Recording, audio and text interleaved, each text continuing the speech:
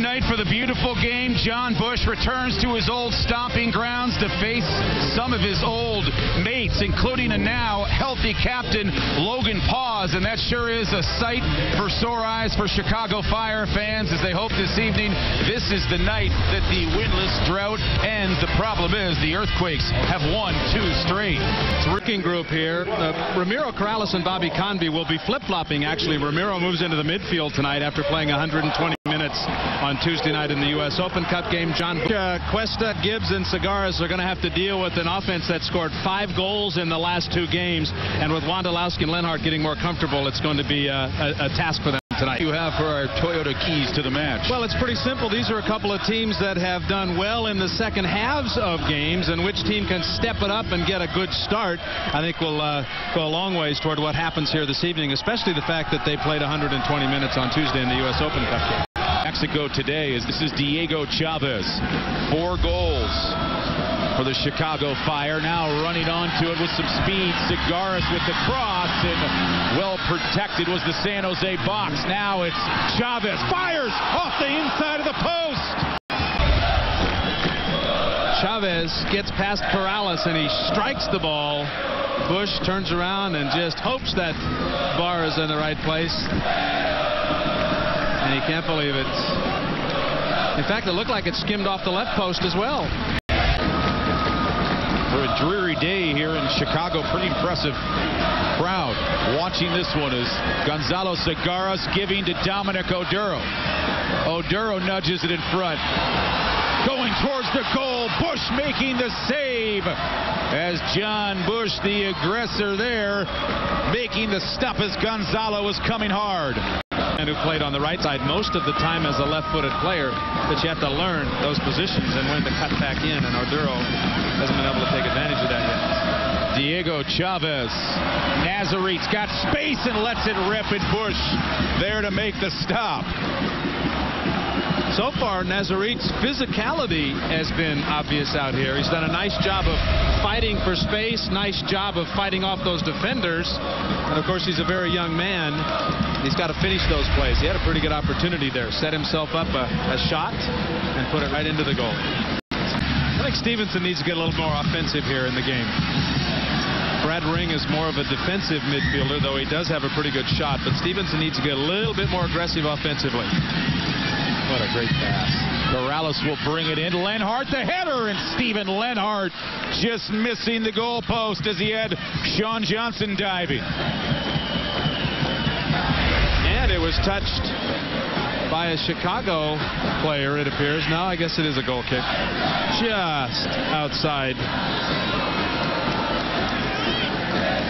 So really their best opportunity of the game, it does get touched with a real good idea of how to play. Just know how to play. Ampai Patakwan moves it in. They score! San Jose strikes off the corner kick. Deadly on the set pieces. And they put this one by Sean Johnson for the 1-0 lead. And how about that? The captain who's not wearing the captain's band tonight, Ramiro Corrales, one of a handful of players dangerous on the set pieces for San Jose, and he just drives the ball inside the right post from Anthony Ampai Patakwan on the corner kick. And San Jose gets outplayed for 47 minutes in this match, and they have the lead. Coming from the Fire, Chavez into the 6th. Cooley knocked away, but not out of harm's way. Palladini lets it rip over the crossbar. An Englishman on loan from Tottenham Hotspur. And he's been out with injury, and I think the timing might just be right. Chavez. Nazarit steps into it. Rebound, scores! Dominic Oduro, we're level at 1. Never give up on the play. This deflects off a defender, and it skips up off the left post and then off the right post, and Oduro beats everybody to it and puts it in the back of the net. So San Jose's lead lasted about 7 or 8 minutes. That has been an ugly experience.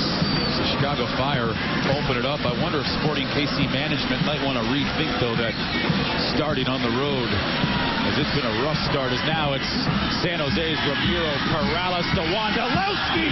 Big stop. Sean Johnson on Wondolowski, point blank.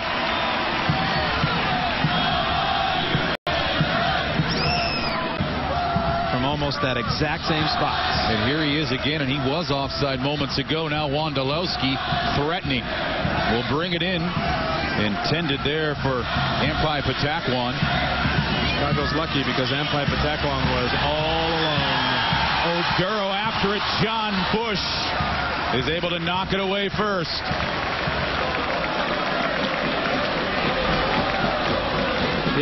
You don't have to be the fastest or the biggest. You just have to get there first. Challenged by Segaris. This is Corrales. Back to Ampai Pataquan. The header. They score! San Jose taking the 2-1 lead in front. Was fabulous team soccer right there. Corrales brings it in. Ampai Pataquan sends it in to Wondolowski, who drives it home off his head. But this play from about halfway up the field all the way down, everybody did the right thing. And Wondolowski with half a dozen goals, and he just drives it right in the back, and he knows Johnson has no chance to stop it. The UIC product, Baggio Husidic giving to Papa. Right back to Baggio. Baggio towards goal! And the Fire have leveled it. Corey Gibbs his first one for the men in red.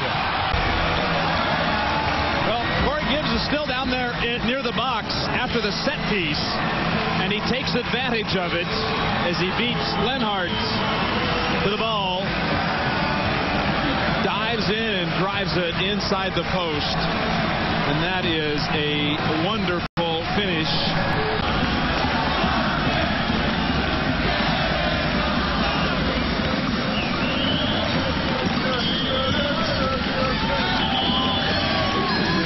And finally, we do get that final whistle as Gibbs and the Chicago Fire get another draw.